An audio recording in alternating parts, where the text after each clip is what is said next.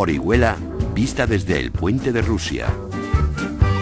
Llegamos al puente de Rusia y en él nos espera Antonio Mazón. Hola, ¿qué tal, Antonio? Muy buenas. Buenos días, Alfonso. ¿Qué nos vas a contar hoy? Como hemos hecho otras veces, hoy vamos a ampliar el foco para intentar explicar qué fue la Revolución Almorávide.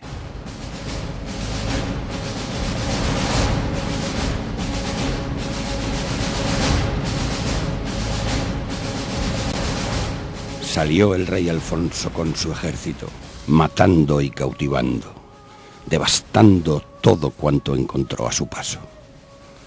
Acampó cerca de Sevilla, asoló su región y la deshizo.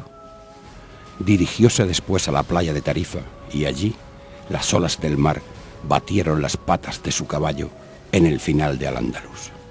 Era solo un aviso. 3 años después conquistó Toledo. Las demás taifas, aterrorizadas, buscaron el auxilio de Yusuf, el emir de los creyentes, y sus tropas cruzaron el mar. El velo fue el adorno con que Alá distinguió a los almorávides. Su armadura, una túnica de lana.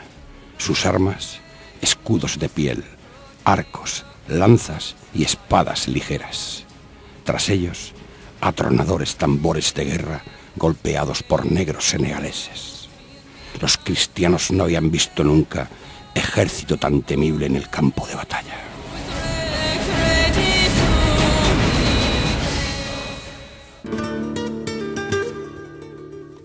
Cuando Al-Mamún, emir de Toledo, acogió al desterrado príncipe Alfonso en el año 1072, su taifa era muy poderosa.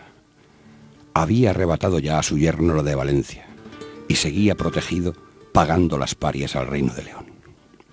Alfonso había perdido el trono a manos de su hermano y trabó gran amistad con su anfitrión toledano. Muerto Sancho II en circunstancias dudosas, Alfonso alcanzó la corona de Castilla y la de León. El Cantar del Mío Cid cuenta que tuvo que jurar su inocencia antes de ceñírsela, pero no hay evidencia documental que verifique este hecho. Alfonso VI ayudó al toledano a tomar la taifa cordobesa y fue su aliado hasta que murió envenenado precisamente allí, en Córdoba, en el año 1075.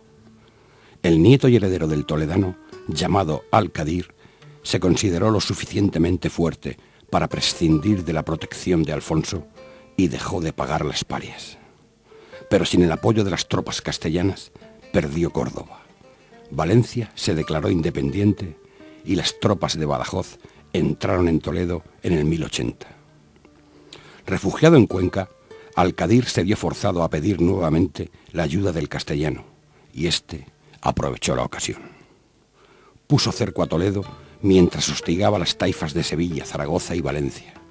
Por fin, en mayo de 1085, tras 4 años de asedio, Toledo se rindió y Alfonso VI hizo su entrada triunfal. Al títere de Al-Qadir lo dejó en la taifa de Valencia. Aquello fue un salto importante en la Cruzada del Sur, una hazaña que resonó en toda Europa y también en África. Toledo era un símbolo, la antigua capital de los godos. Su conquista fue la demostración de que pagando o sin pagar, Alfonso iba a por todas. Solo el imperio almorávide estaba en condiciones de plantarle cara, pero los reyezuelos taifas sabían que sus corruptas coronas caerían bajo el dominio de los hombres del velo. Cuentan que Al-Mutamiz, el famoso rey poeta sevillano, dijo: «Prefiero pastorear los camellos de los almorávides que guardar los cerdos de los cristianos». Y su voluntad se cumplió. Los almorávides pasaron el estrecho, cambiando completamente el tablero de juego en Al-Ándalus. Pero, ¿quiénes eran estos almorávides?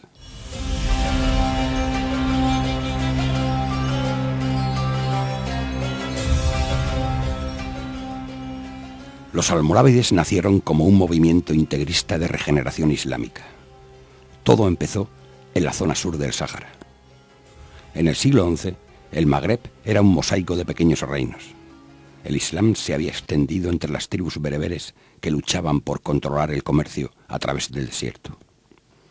El jeque de una tribu situada entre las actuales Mauritania y Mali, en su obligada peregrinación a la Meca, descubrió que el Islam que practicaba su pueblo no era el verdadero.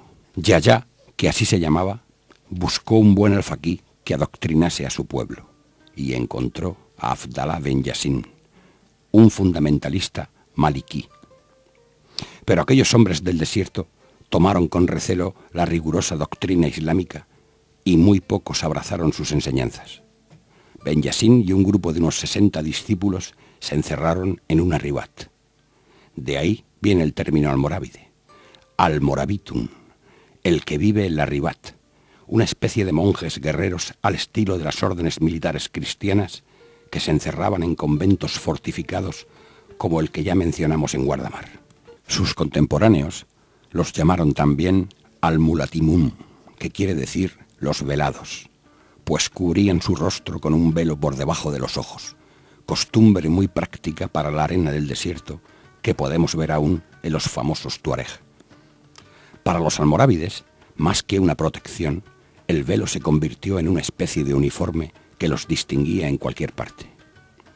Aquel maestro religioso jugó un papel muy importante en la formación del imperio almorávide, creando una sociedad basada en un estilo de vida sencillo, con estrictas normas religiosas al que se fueron uniendo numerosos adeptos hasta superar el millar de monjes soldados. Desde allí sometieron o se fueron aliando con diversas tribus bereberes con dos objetivos claros: difundir el verdadero Islam y hacerse con el control de las rutas comerciales a través del Sáhara. Las tribus no islamizadas fueron conquistadas en nombre de la yihad o guerra santa. Así, a mediados del siglo XI, dominaban el desierto y siguieron ampliando su territorio hacia el norte hasta cruzar el Atlas. Aunque la cabeza visible en lo político y militar era el jeque, el propio Ben Yassin encabezó aquel ejército de fanáticos hasta que, muerto en combate, el Estado Islámico que había creado se convirtió en un emirato liderado por Abu Bakr, su general más destacado. En torno al 1070, Abu Bakr fundó una base militar en un llano con abundantes pastos llamado Marrakus. Allí recibió noticia de unas revueltas que amenazaban a su tribu. Inmediatamente partió hacia el desierto, dejando el mando en manos de su primo y lugarteniente, Yusuf ben Tasfin. Yusuf construyó allí una verdadera ciudad amurallada, a la que llamó Marrakech, la futura capital del imperio almorávide. Consiguió caballos, esclavos y varios miles de negros senegaleses. Cuando regresó su primo 2 años después, supo que nunca podría arrebatarle el poder. Rendido ante la evidencia, cedió el trono a Yusuf y volvió al desierto, dejando buena parte de sus tropas que se unieron al nuevo emir.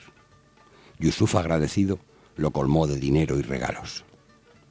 Aquel hombre austero y profundamente religioso nunca aceptó el título de califa. Por eso le llamaron emir de los creyentes, Amir al-Muminin, apelativo que pasó al castellano como Miramamolín. Yusuf era un ejemplo para sus hombres: maduro, flaco, vestido con pieles de oveja, se alimentaba solo de leche y dátiles, como los fundadores del Islam. A sus tropas se fueron uniendo miles de voluntarios, formando un poderoso ejército que luchaba con tácticas revolucionarias: caballería ligera, arqueros a caballo, infantes con largas lanzas y jabalinas. A todo ello añadió fuertes contingentes de negros subsaharianos provistos de tambores de piel de hipopótamo, cuyo sonido aterrorizaba al enemigo y marcaba las maniobras de las diferentes unidades en el campo de batalla. En pocos años conquistó Fez, Orán, Argel y por fin Ceuta, controlando así el estrecho de Gibraltar. Al otro lado, aquellos rayezuelos acosados por los cristianos reclamaban su ayuda, y Yusuf acudió en el 1086, haciendo sonar en Al-Ándalus sus temibles tambores de guerra.